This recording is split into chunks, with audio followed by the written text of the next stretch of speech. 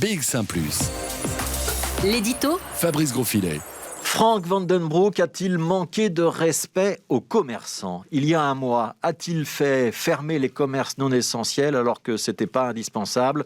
Depuis 24 heures, ces questions alimentent notre débat politique. On s'échange des petites phrases. Certains somment le ministre de la Santé de s'expliquer.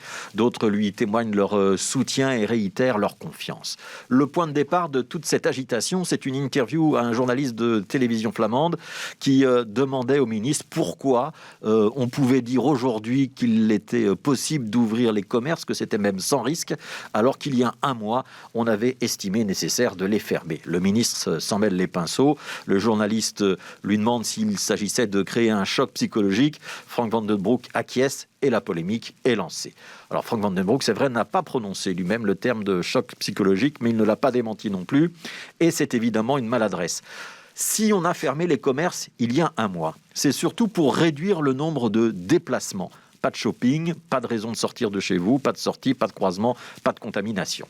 La fermeture des commerces, c'est l'un des paliers dans une stratégie de confinement. L'activer, c'était une mesure intermédiaire qui évitait de décréter un lockdown total. C'est ça que Frank Van Den Broek aurait dû expliquer, mais il n'a pas pris le temps de le faire. Il a laissé passer cette idée de choc psychologique et c'est donc évidemment une faute politique. On rappellera quand même que la décision n'émane pas du seul ministre de la Santé, mais d'un comité de concertation auquel assistaient les vice-premiers ministres et les représentants des entités fédérées, et que cette mesure était bien suggérée par les experts qui conseillent le gouvernement, fortement suggérée d'ailleurs, puisque 16 experts sur 18 la recommandaient. Si on n'avait pas fermé les commerces il y a un mois, il aurait fallu trouver autre chose, fermer les écoles, restreindre les déplacements, comme en France par exemple, avec l'interdiction de sortir à plus d'1 kilomètre de chez soi. Mais c'est donc la fermeture des commerces qui a été retenue, et ça n'aura duré qu'un mois, puisqu'il rouvre déjà. Alors, est-ce que ça dédouane le ministre de la Santé d'un travail d'introspection ? Probablement pas, parce que s'il est dans la tourmente, Frank Van Den Broek, c'est parce qu'il semble singulièrement manquer d'empathie. Se féliciter de mesures dures, comme il l'a fait vendredi, et les communiquer avec un grand sourire, on a déjà souligné qu'on avait sans doute un peu de mal à se mettre à la place du citoyen. Frank Van Den Broek, c'est déjà un reproche qu'on lui faisait dans les années 2000, c'est celui qui sait, qui explique aux autres comment faire, et qu'il est impossible de contester. Ce ton professoral agace ses partenaires de majorité et offre une prise facile à la caricature. Après tout, on ne peut pas reprocher au ministre de la Santé de vouloir des mesures drastiques. Et à tout prendre, on préfère un professeur Van Den Broek au docteur Magui, parce que lui, au moins, il a pris conscience du danger. Frank Van Den Broek était donc dans son rôle, mais toute la question, c'est de réussir à faire la synthèse entre ce que lui défend et la reprise économique que d'autres sont chargés de défendre. Et ça nous inquiète un petit peu, parce que ces décisions, ce difficile équilibre, se prennent théoriquement, collectivement. C'est une décision qui n'arrive pas sur un coin de table en 5 minutes.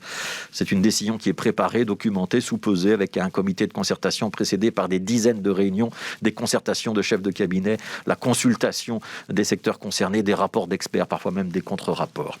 Alors la polémique de ces dernières 24 heures, elle révèle surtout un clivage interne à la majorité entre partisans de la ligne dure, pour qui il faut que la santé soit une priorité absolue et indépassable, et partisans de lignes plus souples qui voudraient qu'on pénalise moins notre économie ou nos vies de famille. Et il est normal que ce débat ait lieu. Ce qui est anormal, c'est qu'il se déroule sur la place publique, dans les journaux, à la radio, et que des membres de la majorité y soient particulièrement impliqués. Dans les années 2000, justement, on avait inventé un terme pour ce genre de positionnement politique. C'était la participe-opposition. Eh bien, nous sommes en pleine participe-opposition, sauf qu'on parle quand même de santé et de vie humaine, et que la législature vient de débuter. Alexander De Croo avait annoncé que son gouvernement serait soudé. Notre pays a besoin de sérénité, de respect, d'un personnel politique qui n'est pas là d'abord pour se disputer, mais pour être au service des citoyens.